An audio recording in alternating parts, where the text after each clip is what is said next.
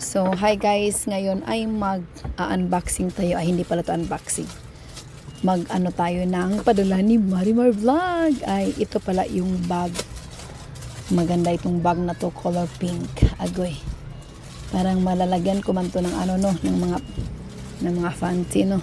Lagay sa loob ba pag nag-travel ko ba. Sus, ganda talaga na itong binigay ni Marimar. Parang feeling ko talaga na mahal talaga ako ni Marimar. Ay, sana all. So, tingnan natin kung ano pang laman dito. So, dyan ka muna bag. Oh, ano naman to? Wow. Ay, ito pala guys. Binigyan din ako ng sapatos ni Marimar, no? Yung namain ko sa Facebook. Agoy. Tingnan natin. Tapos, nung binuksan ko, merong laman sa loob. Ay, agoy. Tago natin. Merong laman. Hindi natin pwede ipakita dito, no? Nako. Bawal yan ipakita. Kasi, nagkamali siya na ilagay niya dyan yung para sa asawa niya. Agoy. So, maganda ang kulay ng sapatos, Skechers. Siyempre, sikat, no? Maraming salamat, sis Marimar, ha?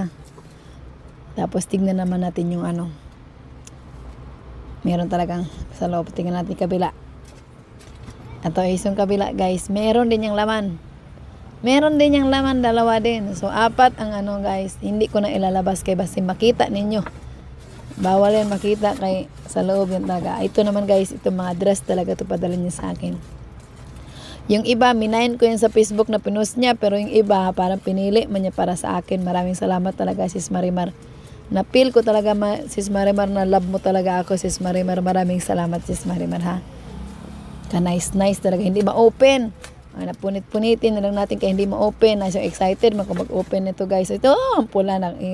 Ang ganda talaga ng pula. Pula talaga guys, favorite ko talaga yung pula guys, no. Mahilig talaga ako sa pula, pero ang pula wala hilig sa akin yan, no. Ang ganda talaga ng ano, ka-nice. Bagay talaga to sa akin.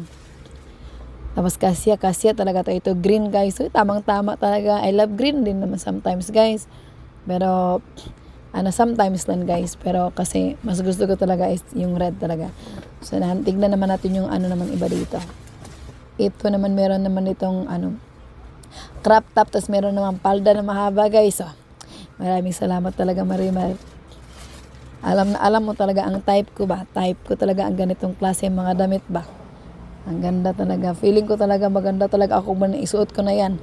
Pero maganda naman talaga ako guys. Hindi walang duda yun. Chara. Diba? Mas ito naman, meron pa ditong isa pa. Ito naman guys, ito hindi ko talaga alam kung ano ito guys. Saka ko lang siya na-realize na candle dito guys, no?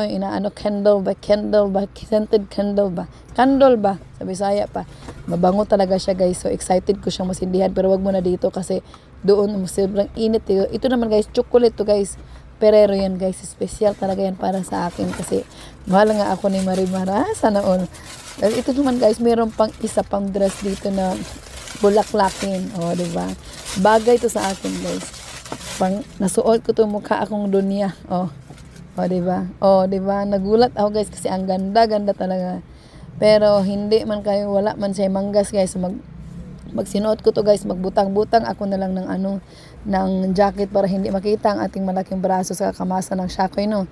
So ito naman guys, pabango. So naalam talaga ni sis Marimar na nangangamoy na talaga ako pawis kasi lagi ako nagmamasa. So pinadalhan niya ako ng pabango. Pero itong pabango mukhang yayaman to guys, kasi mukhang mahal siya. So itabi muna natin to, no. Pag nag-travel na lang tayo, saka natin gamitin yan. At saka meron pa ditong chocolate guys. Nako, itong chocolate guys, dadaling ko to sa probinsya guys. Pag uwi ko probinsya, ibibigay ko to sa aking nanay na mahilig sa chocolate. Sa aking mga pamangkin doon nga, mga mahilig sa chocolate din, no. So ito naman isa pang pabango.